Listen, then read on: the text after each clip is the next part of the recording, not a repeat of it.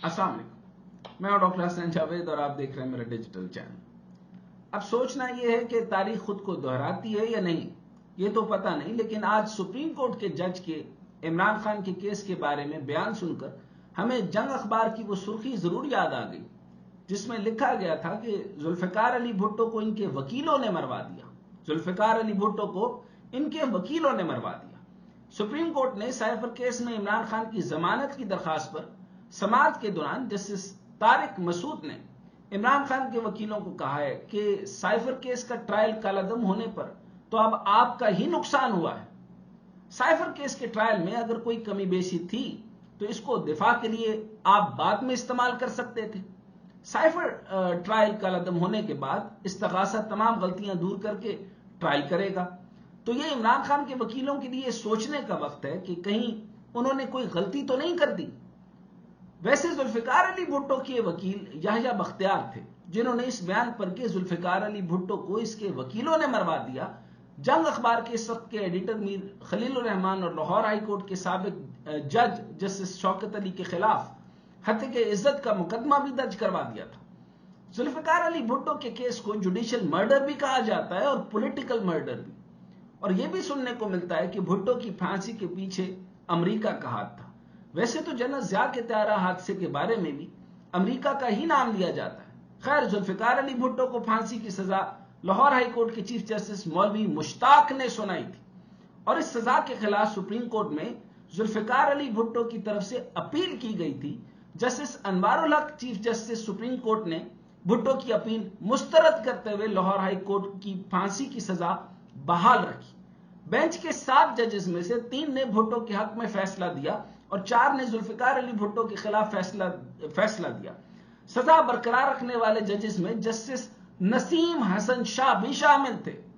और इत्तफाक देखिए कि जस्टिस नसीम हसन शाह को साबिक वजीर आजम जुल्फिकार अली भुट्टो ने अपनी हुकूमत के खात्मे से करीब 2 महीने पहले इन्हें 18 मई 1977 को सुप्रीम कोर्ट का एडहॉक जज मुकर्रर किया था और नसीम हसन शाह इस बेंच के सबसे जूनियर रुकन थे जिन्होंने जुल्फिकार अली भुट्टो की सजा के खिलाफ अपील को मुस्तरद करते हुए सजा को बरकरार रखा था। वैसे जनरल ज़ियाउल हक को भी भुट्टो ने चुना था और फिर जनरल ज़ियाउल हक ने नवाज शरीफ को चुना था। और फिर अजीब इत्तेफाक देखिए कि नवाज शरीफ को गुलाम इसहाक ने 1993 में उन्हें इल्जामात पर बरतरफ किया जिन पर बेनजीर भुट्टो को नाअहल किया गया था। तो इस वक्त के चीफ जस्टिस नसीम हसन शाह ने वजीर आजम और उनकी काबीना को बहाल कर दिया था। नवाज शरीफ को बहाल करने वाले बेंच में रफीक तारड़ भी थे और इख्तलाफ सिर्फ जस्टिस सजाद अली शाह ने किया था।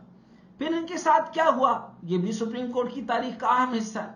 और इत्तफाक देखिए कि रफीक तारड़ 1997 में सुप्रीम कोर्ट के जज के तौर पर रिटायर होने के बाद पाकिस्तान मुस्लिम लीग नवाज के टिकट पर सेनेट के रुकन मुंतखब हुए और फिर इसी साल मुल्क के सदर भी बने। वैसे नवाज शरीफ जब दूसरी बार वजीर आजम बने तो सदर सरदार फारूक लगारी ने इस्तीफा दिया था। तो जस्टिस नसीम हसन शाह का नाम भी सदर पाकिस्तान के उम्मीदवार के तौर पर पाकिस्तान की प्रेस में जरूर आया था। नसीम हसन शाह ने एक इंटरव्यू में यह एतराफ किया था कि जुल्फिकार अली भुट्टो के मुकदमे में जजों पर दबाव था। यह जरा गौर से सुनिए कि इंटरव्यू के दौरान उन्होंने कहा कि जुल्फिकार अली भुट्टो के मुकदमे में जजेस पर दबाव था जिसके तहत इन्हें फांसी की सजा दी गई। नसीम हसन शाह ने यह भी कहा कि साबिक chief justice Lahore high court को मौलवी मुश्ताक को यह मुकदमा नहीं सुनना चाहिए था क्योंकि इनकी भुट्टो से जाती दुश्मनी थी। अगर भुट्टो के फैसले को देखें तो शुरू में 9 जजेस का बेंच था, लेकिन समाअत के दौरान ही 2 जजेस बेंच से फारिग कर दिए गए थे। और कहा जाता है कि अगर ये दोनों जजेस यानी जज साहिबान सुप्रीम कोर्ट के फैसले के वक्त मौजूद होते तो अपील का फैसला भुट्टो के हक में होता। भुट्टो के साथ जो कुछ हुआ वो अब तारीख का हिस्सा है, लेकिन पाकिस्तान का एक और साबिक वजीर आजम के खिलाफ अब साइफर का मुकदमा चल रहा है और उम्र कैद और सजाए मौत की बातें हो रही हैं। लाहौर हाई कोर्ट के चीफ जस्टिस ने इमरान खान की दरखास्त से जमानत खारिज कर दी थी। इमरान खान ने वकील लतीफ खोसा की तवस्सुत से इस्लामाबाद हाई कोर्ट के फैसले के खिलाफ अपील दायर कर दी गई। सुप्रीम कोर्ट के जस्टिस सरदार तारिक मसूद की सरबराही में सुप्रीम कोर्ट के 3 रुकनी बेंच ने समाअत शुरू कर दी। अब साइफर केस क्या मोड़ लेता है जिसके बारे में कहा जा रहा है कि इसकी सजा उम्र कैद کہ سزائے موت بھی ہو سکتی ہے۔ اور جسٹس طارق مسعود نے عمران خان کے وکیلوں کا کہا کہ سائفر کیس کا ٹرائل کالعدم ہونے پر اب آپ کا ہی نقصان ہوا ہے۔ اب عمران خان کے وکیل کتنے تگڑے ہیں اور وہ کیا سپریم کورٹ سے ضمانت لے پائیں گے یا نہیں، یہ دیکھنا ابھی باقی ہے۔ چند روز پہلے اسلام آباد ہائی کورٹ نے سائفر کیس میں پی ٹی آئی رہنما شاہ محمود قریشی کی ضمانت مسترد کرنے کے تفصیلی فیصلے میں کہا تھا کہ چیئرمین پی ٹی آئی پر لگی دفعات میں عمر قید یا سزائے موت ہے۔ شاہ محمود کو اسی تناظر میں دیکھا جائے گا، یعنی ان کے ساتھ بھی وہی رویہ ہوگا جو عمران خان کے ساتھ ہوگا۔